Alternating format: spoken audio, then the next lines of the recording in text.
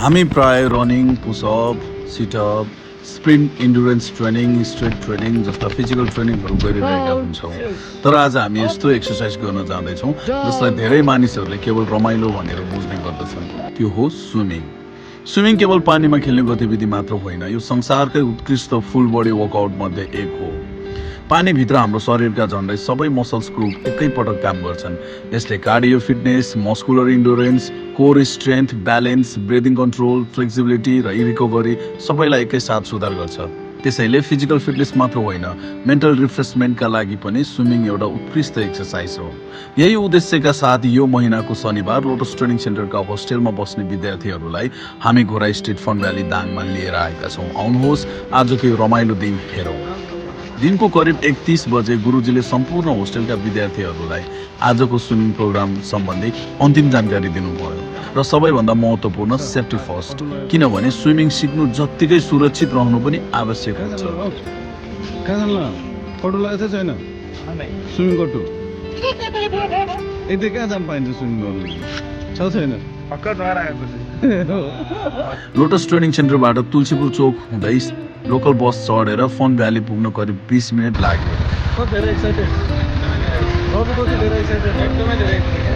यस्तो छ म स्विमिङ खेल्न जानेको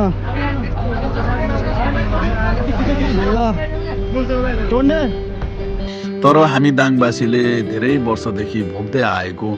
घोराई तुलसीपुर सडकको अवस्था भने अझै उस्तै छ 5 मिनटमा पुग्न सकिने बाटो पार गर्न करिब 20 मिनटभन्दा बढी लाग्छ खाल्डाखुल्डी अधुरा सडक वर्षौंदेखि निर्माणमै रहेको सेवार खोला पुल यी सबै पार गरेपछि अन्ततः हामी पुग्यौँ दाङ फन भ्याली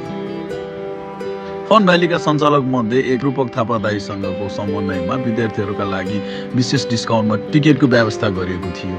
उहाँलाई धेरै धेरै धन्यवाद हावे नजिकै भए पनि हरियालीले घेरिएको खुला वातावरणमा फैलिएको फन भ्याली साँच्चीकै परिवार र साथीभाइसँग बिताउन मिल्ने राम्रो स्थान रहेछ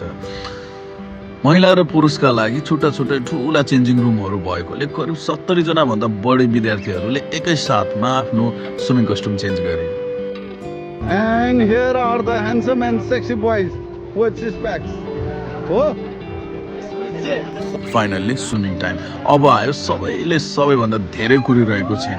अन्तिम सेफ्टी ब्रिफिङ सकियो र एकछिनपछि अर्को गर्दै हाम्रो फ्युचर गोर्खा हिरोजहरू स्विमिङ पुलभित्र प्रवेश गरे विथ 6 प्याक्स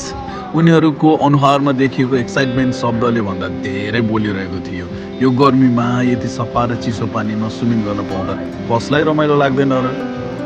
केही डाइभ गर्दै थिए कोही साथीलाई पानीमा फ्लोट गर्न सिकाउँदै थिए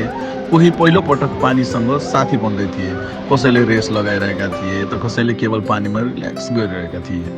यही त हो होस्टेल लाइफको अर्को सुन्दर सम्झना फिजिकल ट्रेनिङ भनेको केवल पसिना बगाउनु मात्र होइन कहिलेकाहीँ यस्ता गतिविधिहरूले टिमवर्क कन्फिडेन्स फ्रेन्डसिप र स्ट्रेस रिलिफ पनि सिकाउँछन् हामीले गोप्रो हिरो 8 प्रयोग गरेर पानीभित्रका सबै रमाइला दृश्यहरू क्याप्चर गर्ने योजना बनाएका थियौँ रेकर्डिङ पनि सुरु गर्यो तर दुर्भाग्यवश गोप्रोभित्र पानी पस्यो र क्यामेरा बन्द भयो त्यो क्षण अलि नरमाइलो लाग्यो तर यादहरू क्यामेरामा मात्र होइन मनभित्र पनि कैद हुन्छ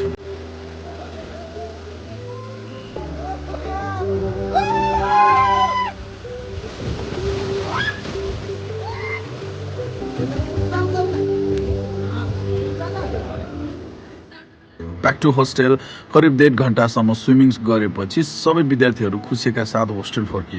फर्किएपछि होस्टेलमा तयार भएको तातो सुपले दिनभरिको थकान पनि हरायो र हाम्रो विद्यार्थीहरूलाई किप वार्म न्यानो पनि राख्यो र यसरी आजको स्विमिङ डे सफलतापूर्वक सम्पन्न भयो लोटस ट्रेनिङ सेन्टरमा हामी केवल रनिङ र फिजिकल टेस्टको तयारी मात्र गर्दैनौँ हामी discipline teamwork leadership physical fitness mental strength र स्वस्थ जीवनशैली पनि सिकाउने प्रयास गर्दछौँ यदि तपाईँ पनि आफ्नो भविष्यका लागि आफूलाई शारीरिक र मानसिक रूपमा तयार बनाउन चाहनुहुन्छ भने लोटस परिवार तपाईँलाई स्वागत गर्दछ आजको स्विमिङ डे यतिकै अर्को शनिबार फेरि नयाँ एक्टिभिटी नयाँ एक्सपिरियन्स र नयाँ कुरा लिएर भेट्नेछौँ म विशाल गुरुजी आजका लागि यहाँबाट बिदा हुन्छु। लोटस ट्रेनिङ सेन्टर परिवारको सम्पूर्ण विद्यार्थीहरू, अभिभावकहरू र तपाईँ सम्पूर्ण दर्शकहरूलाई धेरै धेरै धेरै धेरै धन्यवाद। यदि भिडियो मन पर्यो भने लाइक, कमेन्ट, सेयर र सब्सक्राइब गर्नुहोला र मन परेन भने के कुरा मन परेन कमेन्ट गर्नुहोला। See you in the next time. नमस्कार, बाई बाई।